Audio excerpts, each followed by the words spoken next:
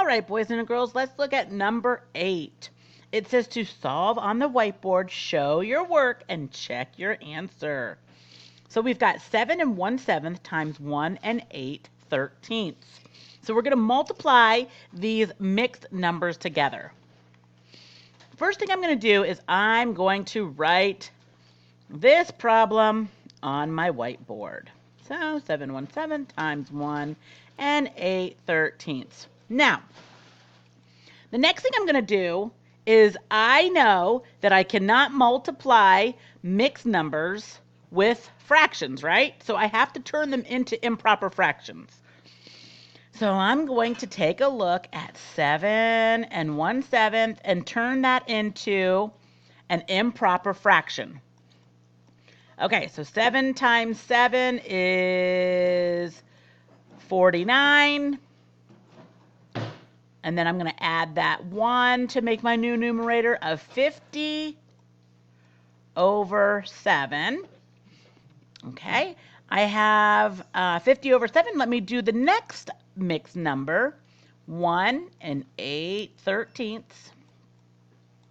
I need to multiply my denominator times my whole number. 13 times 1 is 13. And then I'm going to add the numerator. So let's see here. 8 and 13 is 21. And that becomes my new numerator. And my denominator stays the same. So look at those two improper fractions. Now, let me rewrite my problem. I've got 50/7 times 21/3. Okay.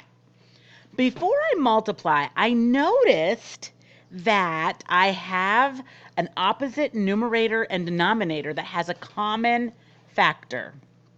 I noticed that 7 and 21 both have a common fact of 7. So I'm going to divide the opposite denominator and numerator by 7. That's so I can make my numbers a little bit smaller. I'm kind of simplifying before I multiply. Now, if I didn't do that, it would still give me the same answer. It's just my numbers would be larger. Okay, so now I've got 50 over 1 times 3 over 3. So 50 times 3 gives me 150. And 3 times 1, my denominators, or 1 times 3, I should say, gives me 3. Okay. Now, I have this improper fraction of 150 over 3. I need to turn that into a mixed number. So I'm going to take my 150, that's my numerator, and divide it by my denominator. I'm going to see how many times 3 goes into 150. So let's see here. 3 can't go into 1, but it can go into 5, right? 15. 3 goes into 15 5 times. 5 times 3 is 15. That leaves me with 0. Bring down my 0. 3 goes into 0 0 times. So, oh look, it's nice and even. 50. So, my final answer is going to be 50. Check your whiteboard to see if yours is also 50. If not, you can make some changes. Now, if you did not simplify before you multiplied, your numbers are going to be greater right up here, right in here.